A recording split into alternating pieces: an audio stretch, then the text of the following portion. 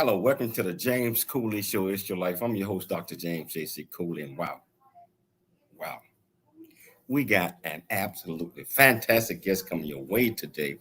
Very good friend of mine, doing great things. I call him doing big things, not just in the United States, but around the world. And she is bringing a lot of knowledge and relief as relate to a lot of women in mental health. I tell you, I love having this young lady on the show. She brings so much inspiration and so much enthusiasm in what she do. So I tell you what, I want to patch everything. I want to patch television, radio, all the live streaming platforms. I put them all in at the same time. So Kevin, let's do it. It's Your Life is sponsored by James J.C. Cooley. Life is a series of circles and cycles, phases and stages. These are your experiences that teach you the lessons of life. You can either ignore them or embrace them. Welcome to the James Cooley Show. It's Your Life. James is a motivational speaker, author, military veteran, and founder of the James Cooley Foundation. James is here to equip you to strive for greatness and to overcome adversity. It's time to get equipped today for the challenges of tomorrow. Now, here's the host of It's Your Life, James Cooley. Hello, welcome to the James Cooley Show. It's Your Life. I'm your host, Dr. James J.C. Cooley. And wow, I am so excited. First of all, excited to be here. I'm excited that God gave me another day. And also excited to have made it back safely yesterday from New York. Now, my wife is still in New York right now. I'm in Texas, and baby, I miss you, but I'm glad to be home. But I'm also excited about this guest that we got coming on the show. I mean, she's been on the show 3-4 times, and if it's up to me, she'll be on 3-4 more. Because she is absolutely wonderful. But I cannot do anything or start a show without bringing on the executive producer and the co-host, Dr. Michelle Cooley. How are you doing today? I'm doing great. I love having this guest on our show. And it's interesting. We just celebrated Mother's Day this past Sunday. So, being a mother is a tough job, and kind of segues into a little bit of the topic Dr. Rhonda Wood will be discussing today. So I'm not going to give it away until you give the okay, but we got a lot on our shoulders, but it's how we handle it is the key. So that is a key, because it's as you know, we was in service Sunday back in New York, and many things, regardless, a mother, good, bad, or indifferent. A son or a daughter could be bad or whatever. But guess what? The mother, regardless of how the kid might turn out, the mother still loves them. They can be the rotten kid or grown up or whatever. The mother still love them the same. So, but a lot of the things that we're going to talk about today with this guest as it relate to mental health and mental well-being, from a woman's perspective, from a mother's perspective, I am so excited to be chatting with Dr. Rhonda Wood. So, Michelle, can you do the honors? Can you introduce this absolutely fantastic, wonderful guest of ours? So introduce the title of the show, the purpose of the show, and introduce this guest. Yes. Well, the title of today's show is Beyond the Superwoman Myth: Nurturing Black Women's Mental Well-Being. And this is really an important show, audience. So, stay tuned. So we're having a sit-down discussion with Dr. Rhonda M. Wood. She's an award-winning international keynote, best-selling author, and media personality. She's going to talk about breaking the silence, redefining strength, unmasking the mask, beyond stigma, recognizing symptoms, strength in vulnerability, prioritizing self-care and the road to healing, and so many more. So recognized as one of the most prominent voices for mental health advocacy, Dr. Rhonda M. Wood is award-winning, again, international keynote speaker, best-selling author, media personality.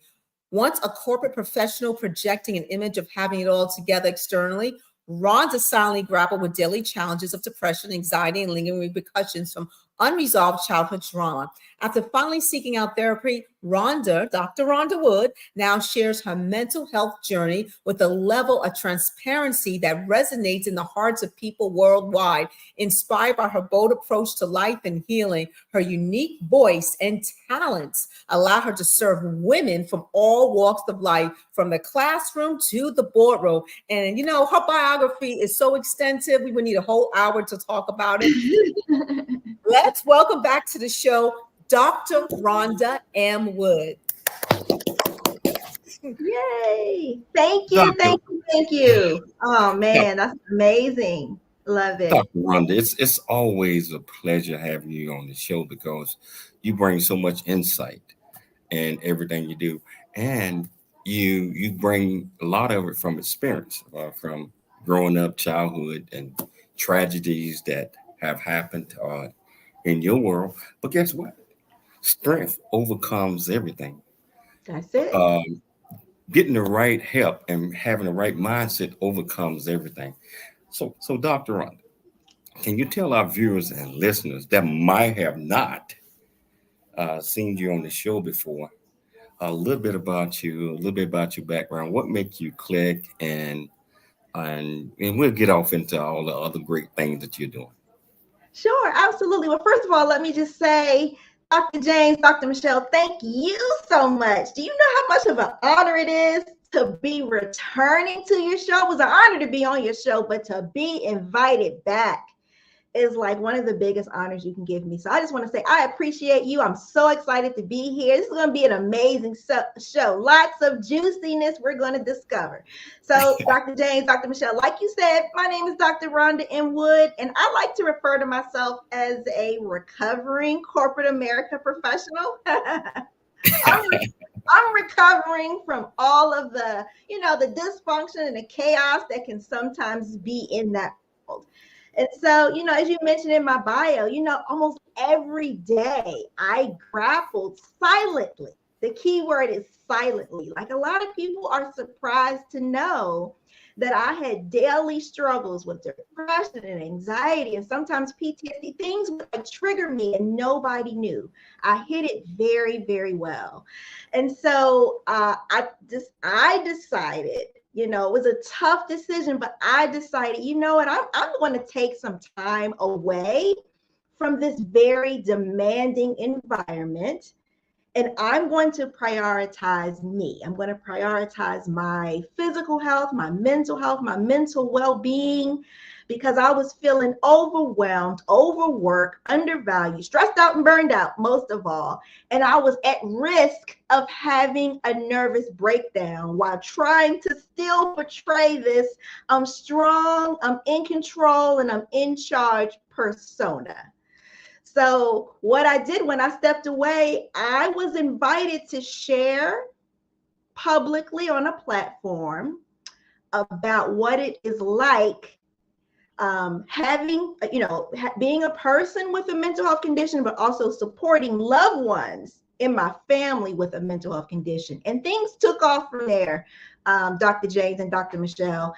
Once I saw the impact me sharing my story had, I was like, oh my goodness, I had no idea more and more people could relate to what I was going through. So I decided to do it more and more. The more I did it, the more invitations I received to do it. And those invitations, Dr. James and Dr. Michelle, have literally taken me around the world. I have been to London 4 times in the last 18 months. I've been to France 3 times, and I've even stepped in Belgium. Can you believe that? I would have never imagined. And so I share my journey, my mental health journey, and I do it very transparency. I don't hold anything back. I let people know because there's too much silence. People are silently struggling. And so what happens when I'm transparent, when we're open about some of the things that we're going through, it kind of frees other people to do the same. So here we are.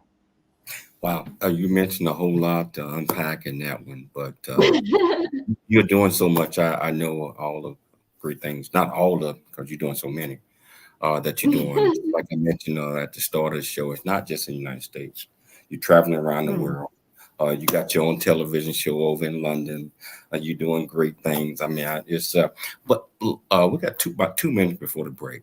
So, Dr. Rhonda, what do you believe in your heart is your purpose? Because you have taken this stuff and you are helping so many people. Can you tell our viewers and our listeners what you think is your purpose?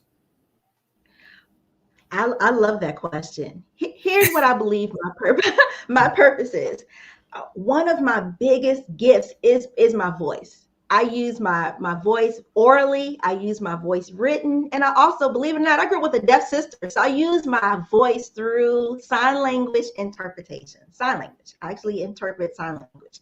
And what I do is even though I spent over 30 years in corporate America, none of that has gone to waste. I take that experience to do what I'm doing now.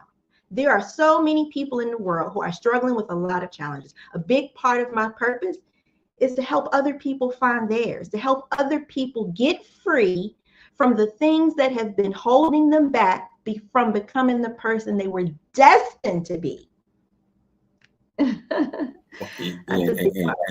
you know what? And that's so major right there is many of us, I mean, most of the time we don't know who we're destined to be. Sometimes we never know who we're destined to be.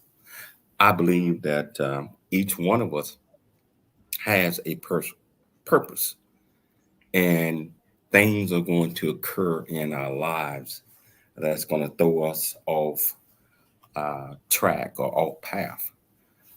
Most importantly, I believe that I mentioned mindset from the beginning, that we have to be cognitive of what's going on and what's going to help us grow and how we can pull ourselves out of a hole when we are cast into one where we don't understand, when we lack understanding, and many of us think that God is picking on us because they take away family members, they take away this and put us in certain situations, circumstances.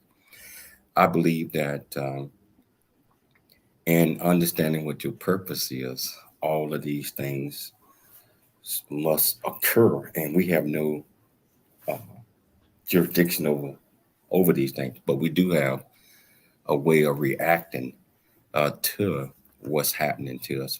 I tell you what, we're going to take a station break, but when we come back, we're going to lock in on the topic of the day. And I tell you, if you want to be part of the conversation, a couple of ways.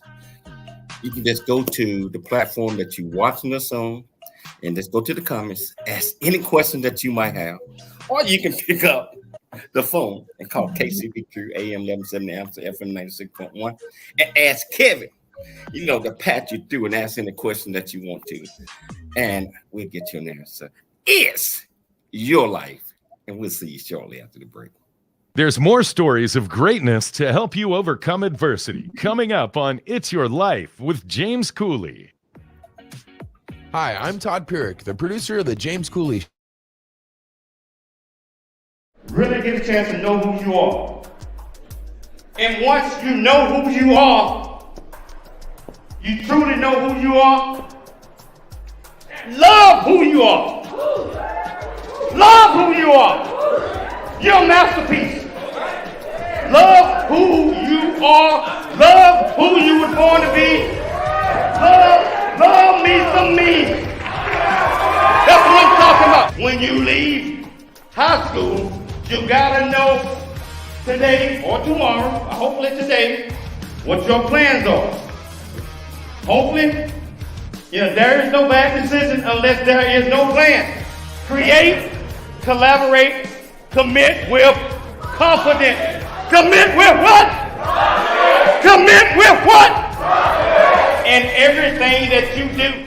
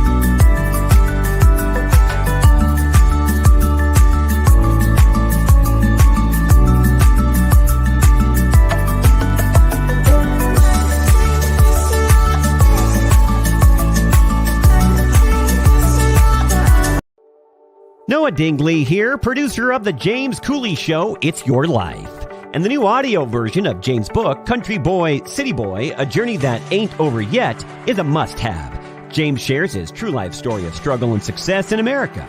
It's both a cautionary tale and a roadmap to achieving the American dream.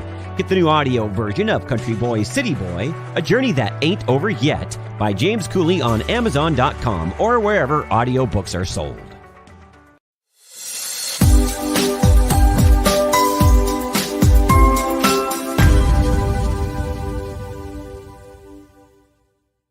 Host of It's Your Life, Dr. James Cooley.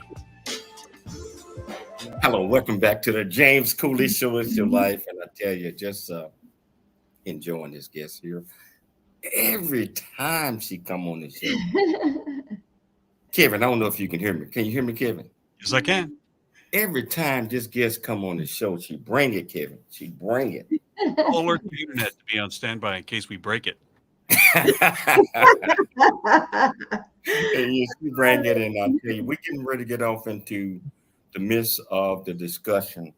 And I tell you again, wherever you're watching us on, whichever platform, over 55 live streaming platforms or television, E360 TV, Transverse TV, or you can pick up the phone, KCBQ AM 1170 Answer, FM 96.1. We got a big kid back in the studio. That's 1-888-344-1170. Michelle, I'm going to turn this over to you. Thank you, Dr. Rhonda. So let's talk about the Superwoman myth. Tell us exactly what that is and how does it relate to the mental struggles for Black women?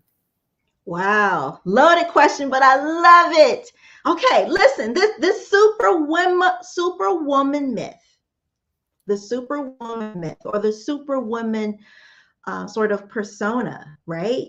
That is sort of this thinking, this mentality that we have to always portray the image of being strong and controlling, charged. I have it all together. If you think about Superwoman, remember Superwoman? She wore a cape. She was like this powerful figure. I got this. I don't need you, right? We're even taught to do this Superwoman pose. You know what I mean? Before walking in a room or before walking on stage to kind of get our mindset and to get our mind in the game of having this authority, right?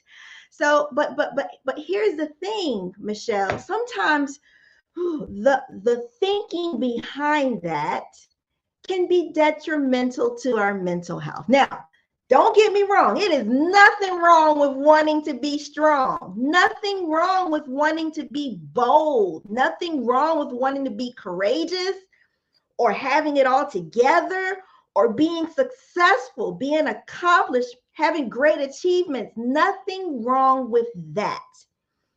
But are we pushing ourselves to be on a scale of 1 to 10? Are we pushing ourselves to show up on a 10 all day, every day, regardless of what's going on behind the scenes? Now, let's be real. There are some days we might not be, feeling it that day. There are some days we might need to step back. There are some times when it's going to be hard. And even through that, even when we're not okay, even when we're going through tough times, we still want to give the image and portray as if everything is fine, right? So that's what we call sort of this superwoman, persona. Because what happens is, one, you're not being true to yourself. One of the biggest lies, I think I saw this today, one of the biggest lies told, most common lies told, is when people ask how we're doing. 9 times out of 10, we're going to say, I'm fine. Isn't that true? We're going to say, I'm fine. The issue is that we'll say it even if it's not true. We'll just say, I'm fine. Things are good. I'm okay. I got this. What about the moments when that isn't accurate? Is there anything wrong with being vulnerable to certain people, the right people? This is not something you want to do with everybody. Is there anything wrong with sort of, being true to yourself in those moments when that's not true. Hey, you know what? I'm having a hard day. Hey, you know what? I might need to take a mental health day today. I might need to take a step back. I need some time. That's exactly what I did about 7 years ago now. About 7.5 years ago, I said, you know what? I'm going to be true to myself. I'm going to say that things are not going well right now. It is a bit of a struggle for me. This is a bigger struggle for me, right? To process this, what's going on personally, and still show up to work and be able to give 100%. That wasn't fair to me to have to live a lie. It wasn't fair to my team. It wasn't fair to my family. So the Superwoman myth is this mentality, is this belief that I must flawlessly, without flaw, with little effort, juggle all of these endless responsibilities without showing any kind of struggle. Nope, no, there's no struggle here. There's no struggle here. I got this. Everything's fine. Death in the family. No, I got this. Lose your job. Oh, everything's okay. We're good. No, don't need any help. I can still take care of that. No, don't take this away from me. And why is that, Michelle? Why is this myth so common? And then why can it be detrimental to our mental health, right? We don't want to feel inadequate. I know on the job, I still wanted to look like I was in control because I didn't want them to think that they made a mistake in hiring me. I felt like I worked so hard to get to this table. I worked hard to earn a place at this table. I feel like now I have to prove that I belong here. I felt like everybody was looking at me. There weren't a lot of people in the environment that looked like me. There certainly weren't a lot of people at the top that looked like me. So I felt like I was responsible. I had this burden on my shoulder to speak for all the Black women leaders out there. Rhonda, don't you mess this up for us. Mm-hmm. Oh my gosh. Pressure, right? That's a lot on a Black woman's shoulders. I mean, we're two minorities. We're women. Well, we're women, and we're women of color. So it's like the extra burden is like, wow, I'm carrying the extra burden for all the Black women in the world. Exactly. I didn't sign up for that. Exactly. And so we have these feelings of feeling inferior, inadequate. We don't want to appear weak. We don't want to look like we don't have it. We don't want them to speak, to be like, well, we tried to give her a chance. Maybe we should just replace her. We don't want to feel like we won't get a promotion or a raise. We won't want to feel like responsibilities will be taken away or we'll get demoted. At home, we always want to want our children to look up to us. So we never want to look like, well, hey, mom's about to fall apart over here. Mom don't have it all together. And that sometimes can lead to stress, overwhelm, burnout, and stressed out. And that was sort of where I was leading. So in that moment at my job, when I felt those things creeping up on me, I had this demanding job that I felt like, man, I got to show me 100% here. But I didn't want to give my family my leftovers. I wanted them to know that I'm also showing up 100% for them as well, and not detrimenting my own well-being. So balancing all three of those things. And I knew when I went to my then boss and said, listen, I'm going to take some time away. I have some things that are a priority that I need to handle. And it was at the fear of being judged. It was at the fear of stigma. I was like, they're probably judging me. They're probably talking about me. I'm feeling like they might reject me. What if I don't get invited back? You know what I mean? What if I get fired? What if they replace me? All of these things went to my head, but they never superseded what I felt was the priority at that time. Me and my family. So that was the priority. Our mental and physical and emotional well-being were the priority. So I had to put that Superwoman cape aside. This trying to portray this image of being strong in control, and I can juggle all these things without showing any sign of weakness or struggle or without it being so difficult and things of that nature. I was like, I don't have anything to prove to anybody. Why do I feel like I have to prove things to that image? And not only that, I feel like that's something that's been passed down to us. and that if we're not careful, we're going to continue to pass it down. And you know what's interesting? It's like, I do believe part of the myth, and we'll get a little bit more and more into this, is that, you can have a woman, a Black woman who's, lives in a nice house, nice neighborhood, wealthy, great job, handsome husband, kids go to great school, they buy the best clothes. That's external stuff. So sometimes the myth is, what are they complaining about? They got everything. And that just makes it even worse for, we're talking about Black women to actually want to seek help, because it's like, I got all this. Why am I feeling this way? And you don't want to seem ungrateful. And it has nothing to do with things. It has to do with what you feel inside. I don't care what you own or how much money you have in the bank. It's all about your emotions and mental health. What is your thoughts on that? Ooh, Michelle, you just touched on something there. I think that's huge. Because let me tell you, your mental well-being is priceless. It's priceless. Your well-being should always be the priority. And it shouldn't matter the size of your house, the size of your bank account, how many letters you have behind your name, the type of car you drive. All of those things are secondary to your mental. I've seen people get so stressed out and just really lose it trying to maintain a certain lifestyle. Or as we're talking about, also trying to maintain a certain image. Woo! Or keeping up with the Joneses, so to speak. And that's commercial. You know what? This is so great of a discussion. And we're gonna take a station break. All right. And we're gonna come back. And I think I'm gonna let Michelle handle this for a little while. Because Kevin and I are just sitting back, just listening. You know what? Taking notes. Yes. Never interrupt, ladies, James. Never interrupt. If you want to be part of this great conversation, all you have to do is just go to the platform that you're watching us on, and go to the comments and ask any question that you might have, or pick up the phone, call Kevin. 1-888-344-1170. Again, that's 1-888-347-344-1170. KCBQ, AM 1170, FM 96.1. It's your life.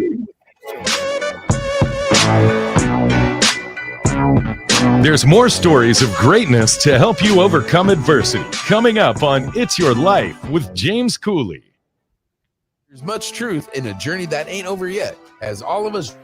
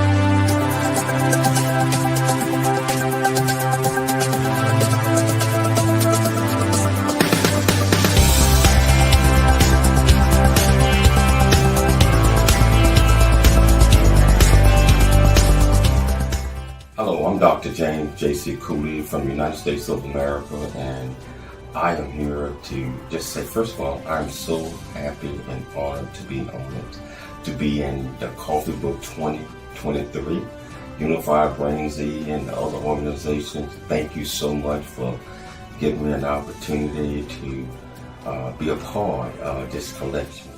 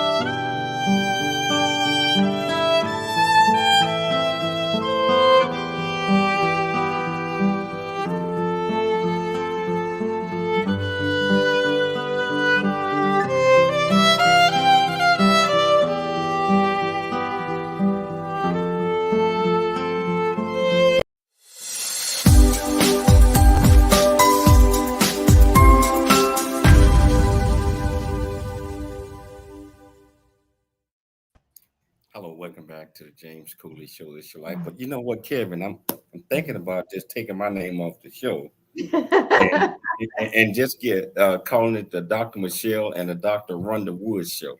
I'll What get are your them thoughts on?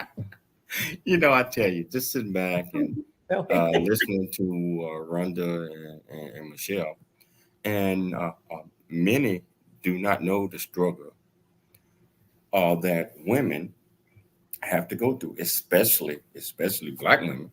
I mean, I don't mean to be discriminating on that like that, but some of the things, just like Rhonda had mentioned, having a seat at the table and things that happens at a job or at the table when you, especially when you're the only one there. I have been in a situation where I was the only one at the table.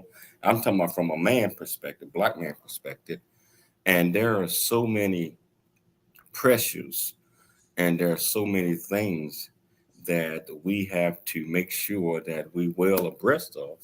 And sometimes we have to sit back and pull away, and that fear, wow, am I going to be invited back to the table? Am I going to get fired? Are they going to think, I mean, what am I going to do? Am I going to be able to take care of my family? All of those things. When you've been in that situation before, it's real. It's not stuff that you just see on TV. That's not real. This is real. And Rhonda been in that situation. I have been in that situation. Michelle has been in that situation before. On what do I do now? And that's where Rhonda's story, what she's talking about today, beyond the Superwoman myth, nurturing Black women in the mental health, because it's all about mental health. And that's what it's all about. Mental health, mindset, being able to narrate yourself through, understanding that all of these things are coming towards you and you don't understand how you're going to do this. But just staying sane and just Most staying definitely. focused is the most important thing. So I'm going to turn it back over to you, Dr. Cooley.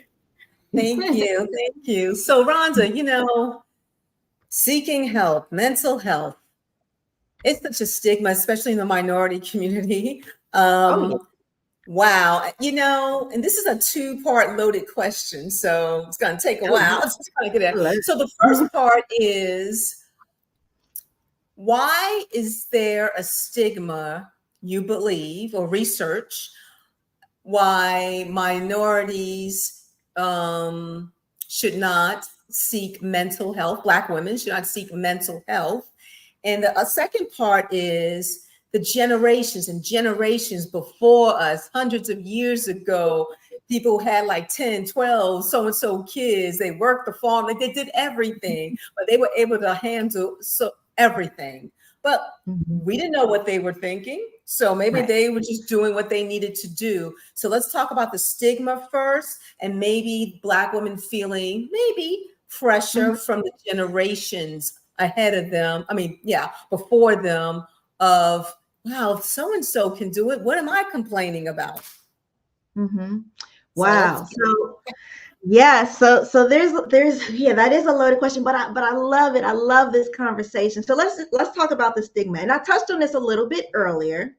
So I think for Black women, we are automatically looked at as these powerful figures, sometimes to the degree that it's intimidating. There's an expectation.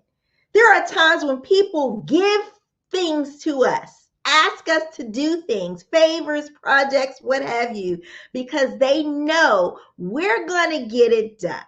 We're going to move mountains to get it done. We're going to do what it takes. Listen, Michelle, many of us Black women, when we are sick, we going to get it done. When we're not feeling well, even if we have a to-do list a mile long, we're going to get it done.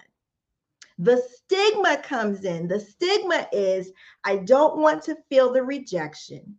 I don't want to look weak. I don't want to look like I'm, weak, like I'm not strong. I'm going to get it done. I don't want to look like I'm not in control, or I can't handle this, or, oh my goodness, she must need help. She can't handle it on her own. We love that. We love wearing that mask to conceal our inner feelings, our inner thoughts, and our inner struggles. The stigma comes in when we have to hide who we really are, what we're really thinking, and what we're really feeling, for fear of the rejection, the abandonment, or jeopardizing our image. Anything that's going to jeopardize that image. So we wear the mask. The mask is portraying, I have it all together, despite what's going on beneath the surface. I'm strong despite the fact that I'm stressed out and burned out and overwhelmed. So we have these things going on, but we are silent about them. Like I said, 30-year corporate career, and nobody knew what I was showing up with every single day. They're surprised to learn that. They're like, girl, you don't have no mental health. Get out of here.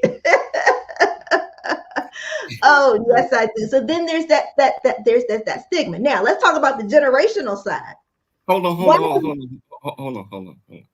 Mm-hmm. I think that you just created a campaign slogan. Really? Regardless of what's going on, girl, we're gonna get it done. We're gonna get it done. We're gonna get it done. Oh, wow. Hey, I think we got a Dr. Terry Spain. How you doing, Dr. Terry?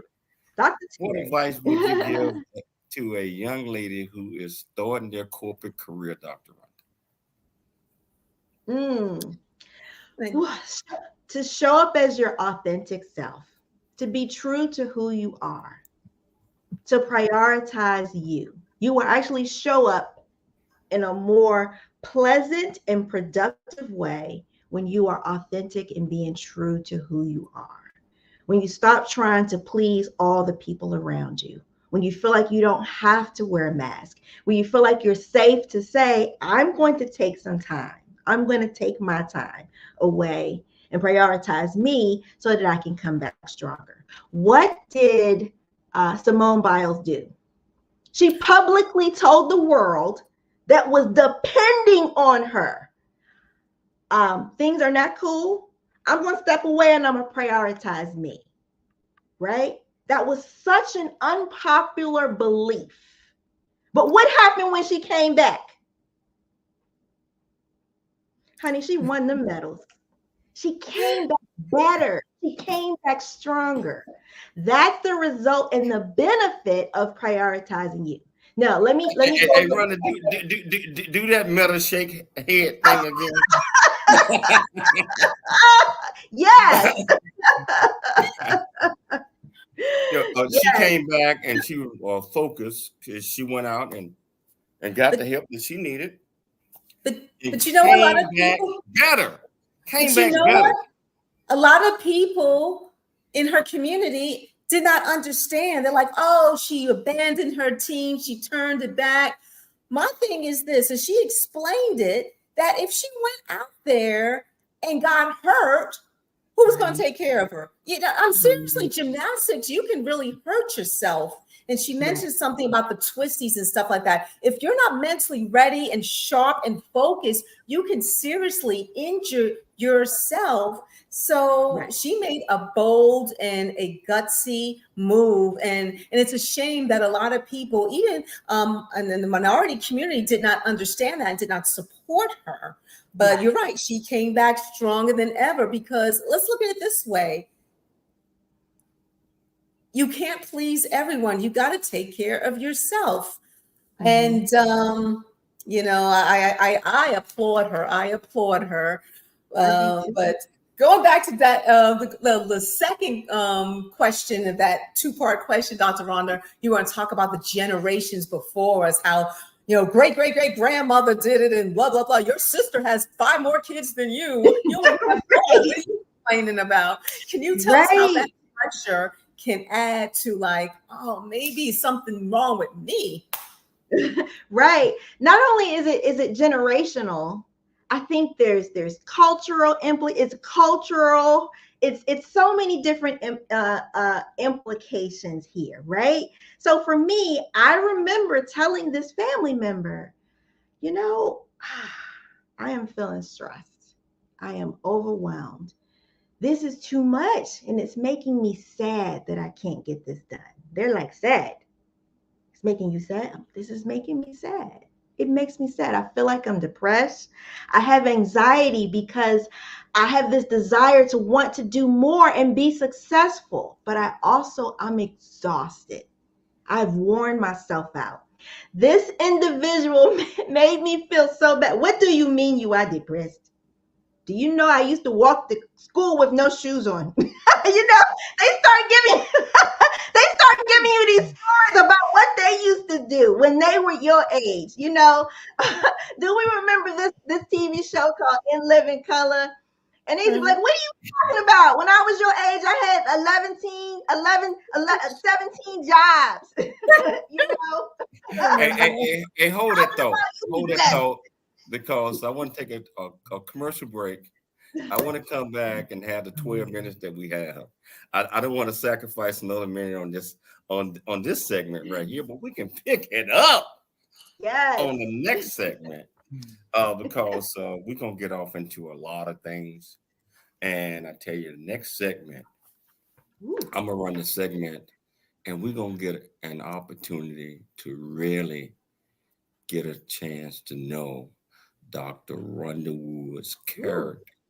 Oh, all right. As it relate to a lot of things, as it relate to mental health, as it relate to taking a time out. Yeah, sometimes we have to put ourselves in a time out. Yes. Sometimes we have to do that. So I tell you what, if you want to be part of this conversation, all you have to do is just go to the platform that you're watching us on. This YouTube, LinkedIn, Twitter, whatever, and just put your ad comments on. Well, you can pick up the phone and dial 1-888-344-1170 KCB Crew, AM 1170 Answer, FM 961, prime time Sunday morning, every 10 o'clock AM Pacific Standard Time. Yes.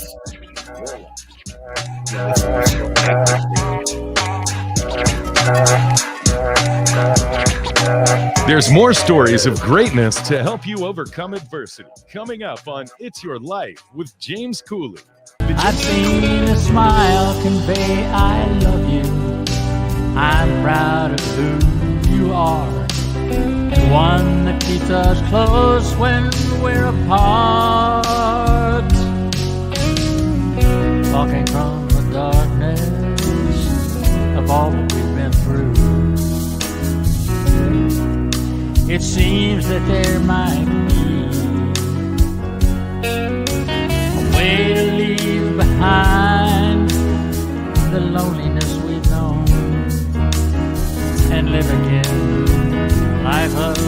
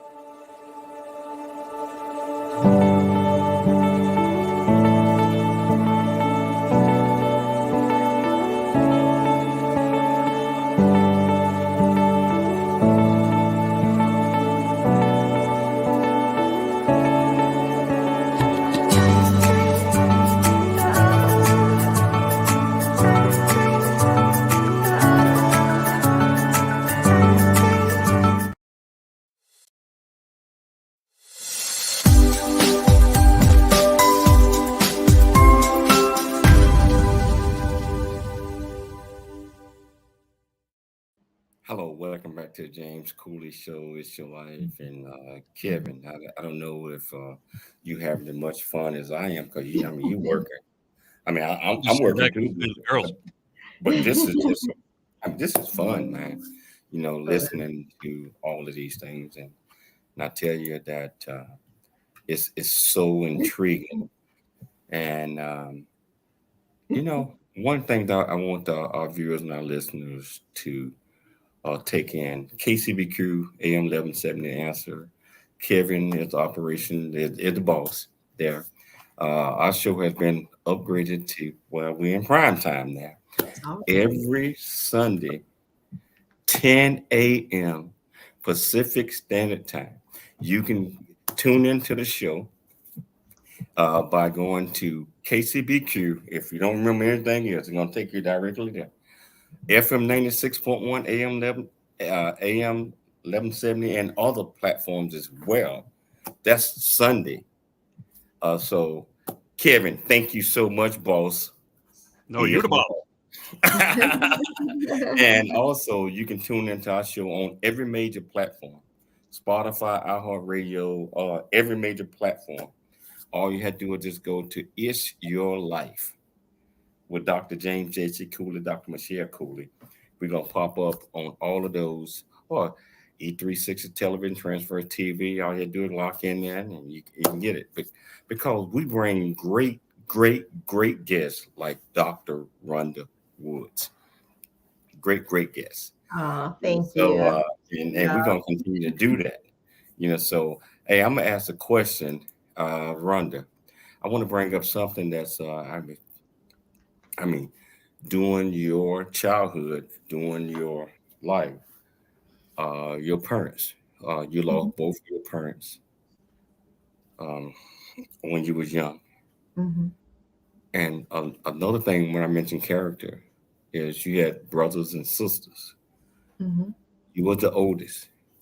You pulled those in and said, hey, I got you. I'm going to raise you like mommy and daddy would do. Can you tell our audience a little bit about that? Yes, Dr. Cooley. So I graduated from college. I graduated from high school, was in my first year of college, and I got word that my mother was ill. I found out later that she was terminally ill with cancer. And she transitioned about 6 months later. And I made the very brave decision. Sometimes I look back and I'm like, I can't believe I did that. But I say, you know what? We need to stay together. We need to, mourn together. We've been through something very traumatic. And so at 18 years old, I think it was 18 or 19 years old, I raised three of my siblings. The youngest was 4 years old, right? I'm barely old enough to be any type of mother figure. My father passed away next. And it was difficult for me to sort of navigate life without the parental guidance from my parents.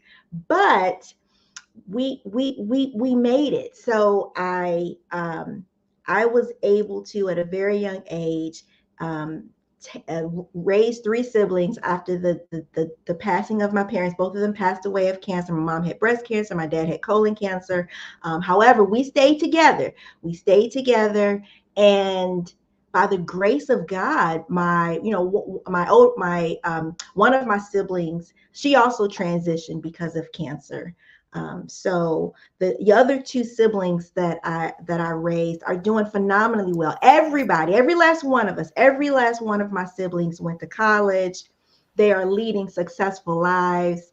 My other two siblings that I raised, they're married. They have 2 children apiece. They have their own businesses. They're doing well. They're happy, because statistics will tell you that when traumatic things happen and you're young, you go off and go down the wrong path. But we were able to remain positive despite the adversities that happened in our lives. We were able to stay on the straight and narrow, maintain our faith, prioritize our mental health, right? And defy the odds. You know, Dr. Rhonda, many would have threw their hands up, especially 18, 19. And you had three young siblings, and you was the oldest. When did it click into you that I got to do this? I, you know, I can't treat my siblings as my siblings. They have to be under me, the nourishment, the the parent, because if I don't do this, we all gonna get separated. Yes. And most importantly, it's the mindset of let's keep everything together, because we done heard and we have seen many, many stories where you get separated. You don't even know who your family is for the next 30, 40, 50 years.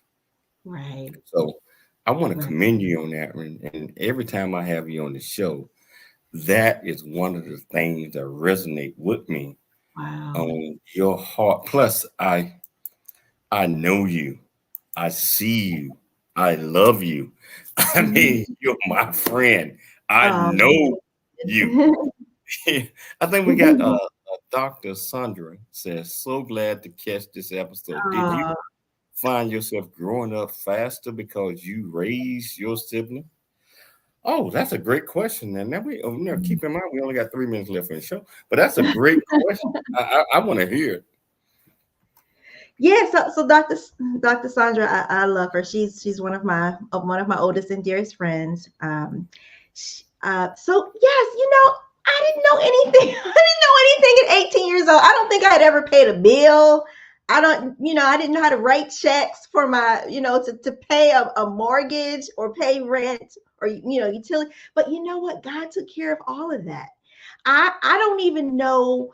I'll tell you this real quick. I remember the social workers coming to our house and trying to figure out, where everybody was going to go. And it was already such a sad time. We had lost our mom. I only had 1 year of college. I wasn't sure, how things were going to work. Some family members were being really dysfunctional. And I was like, we need to stick together. It was just really sad. We need to mourn together. There was no way I was going to allow the state representatives to separate me and my siblings. We needed to stay together and be there for one another and heal together. That I was determined to make sure at least that happened. I did grow up fast. I learned a lot. I made a lot of mistakes. I did a lot of things wrong, but at the end of the day, we all turned out okay. You have done well. Thank you. 1 minute of closing remarks. What do you want our viewers and our listeners to take away from this great discussion? Also, let me get it in. You are invited. You got a standing invitation anytime that your schedule permitting, because we didn't get a chance to talk about your show. We didn't get a chance to talk about all these other things. But takeaway, tell our viewers the takeaway before Kevin turn the music. Yes. So one of the things I say, we have got to break the silence. We have got to break this thing where we feel like we have to struggle in secret and solitude. There is strength in vulnerability. We typically want to be silenced. Oh, don't talk about your business in the street, but there is strength in vulnerability. Me being open about some of the things that I was experiencing in the workplace and at home has helped to free other people. We have been there for one another. And so I want us to continue to two things: prioritize our self-care and mental health, but also let's take off that mask. Let's not give in to these societal pressures of what women, and especially Black women, how we need to prioritize strength and perseverance over our mental health and well-being. Well, let's Kevin, prioritize. Yes. Kevin, you got it, brother. But Dr. Rhonda, again, I want to say that it's an absolute pleasure every single time having you on the show. So I want to thank you so much for coming on the show. I like to thank you for having me. I like to thank Dr. Michelle Cooley again putting together an absolutely fantastic show.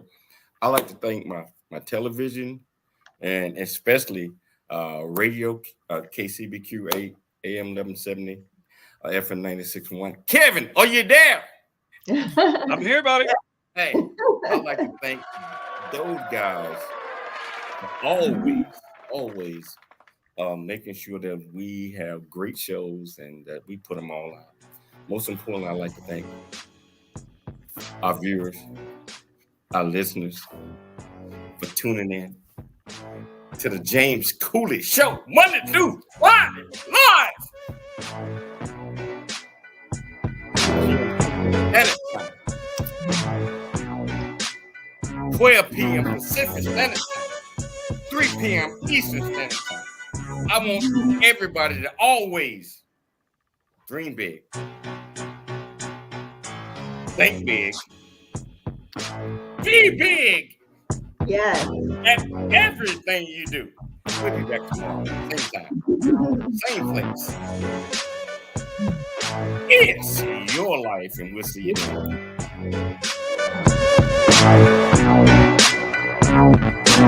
Thanks for joining us for the James Cooley Show. It's your life. To learn more about Dr. James Cooley and how you can support the show or become a guest, visit CooleyFoundation.org. Join James for more motivation and inspiration to help you become equipped today for the challenges of tomorrow. This has been It's Your Life with Dr. James Cooley, where you learn how to dream big, think big, and be big in everything you do. It's Your Life is sponsored by James